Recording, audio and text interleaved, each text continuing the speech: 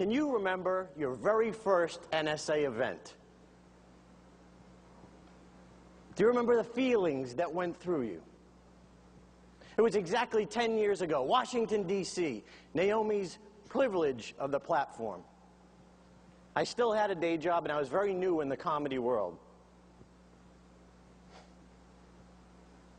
I was scared. I remember seeing the legends. I remember hearing the stories of those of you who are so successful in speaking, making millions per speech. And then I sat there just like you, and I thought, hey, wait a minute, that could be me sometime. And then another thought, from the depths of your brain, started forcing its way forward through the enthusiasm until finally that thought shouted, yeah, Darren, great idea, but what if you...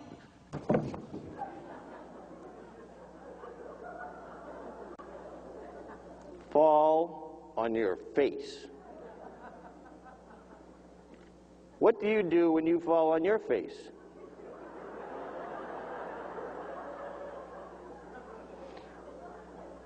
Do you jump right up and hope no one noticed?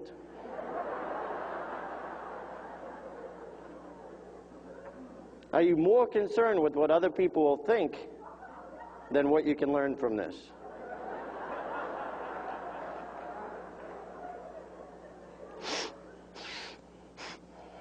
Is this where the horse did it?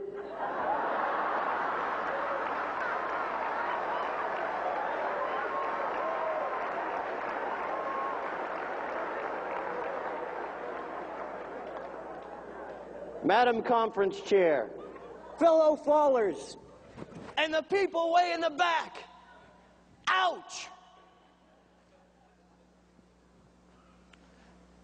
Did you feel I stayed down there too long? Have you ever stayed down too long? After 4 years of business school, I went for the American dream. I bought a Subway sandwich shop. Oh yeah. You're all impressed, I can tell. I don't want to brag or anything, but I took a $60,000 debt in just 6 short months. I doubled that debt.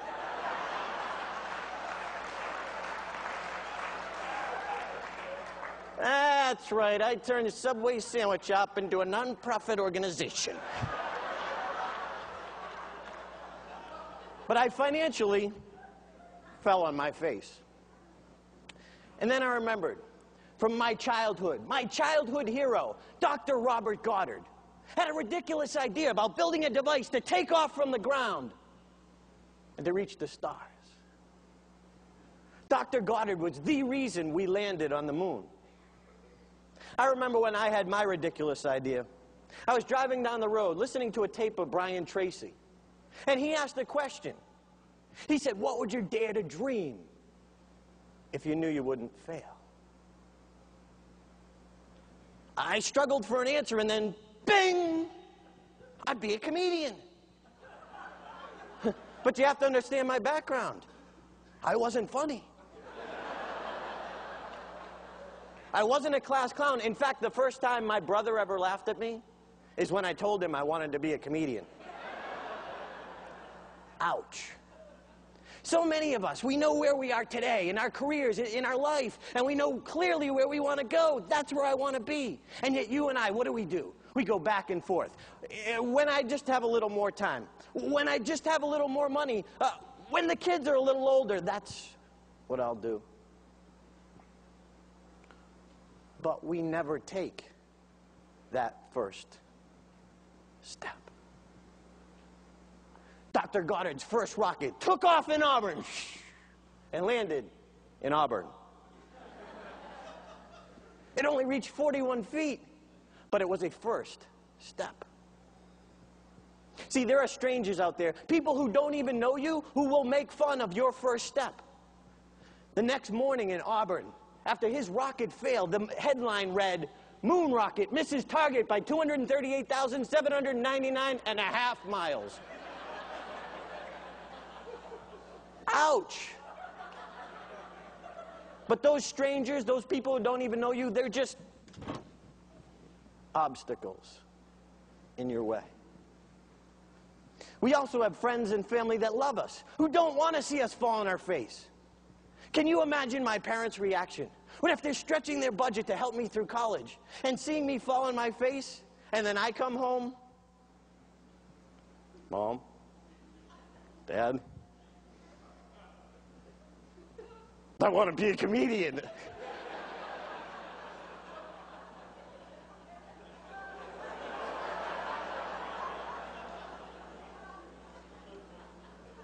I was met by silence. But they too are just part of your process. I remember after struggling in the comedy world for about a year, I was bombing one night. It was horrible. So I went for my surefire bit. I brought a woman up from the audience, and she stood directly behind me. And we would tell a story. It's an old improv technique. I would tell a story with verbally, and she would tell a story with hand gestures. And it usually works best the more animated the hands are. Well, this woman stood there like an ancient statue. She didn't move. I turned to her in desperation. I said, please do something with your hands. She did.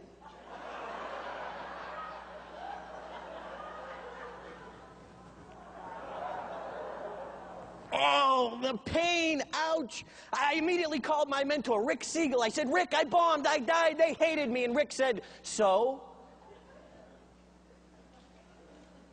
What do you mean, so? How do you argue it's so?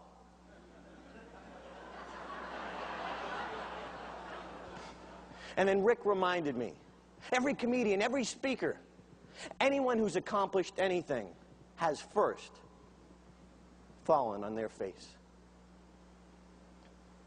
And then I remembered Subway. I fell on my face, but I never took the next step.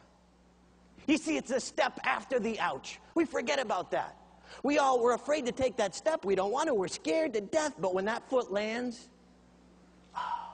and you learn that lesson, you'll love that feeling. Dr. Goddard's assistant said every rocket that went up and what other people would consider failure, he would consider it valuable negative information. Information each step getting closer to the moon. Dr. Goddard was an ouch master. We need to be ouch masters. If you're willing to fail, you can learn anything. I'm not the greatest comedian. I'm not making millions. Not even close. But I get to do what I love to do for a living.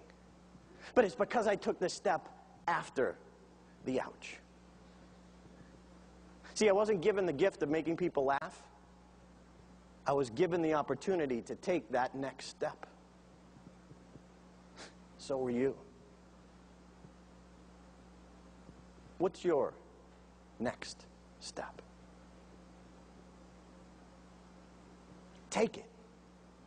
I didn't want to look back in my life and say, you know, I never did try that comedy thing, but instead, I died debt-free. Woo!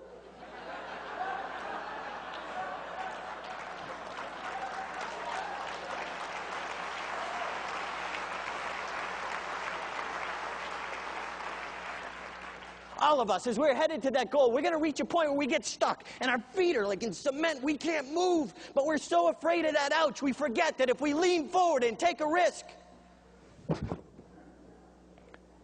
and fall on our face, when we get up, notice you still made progress.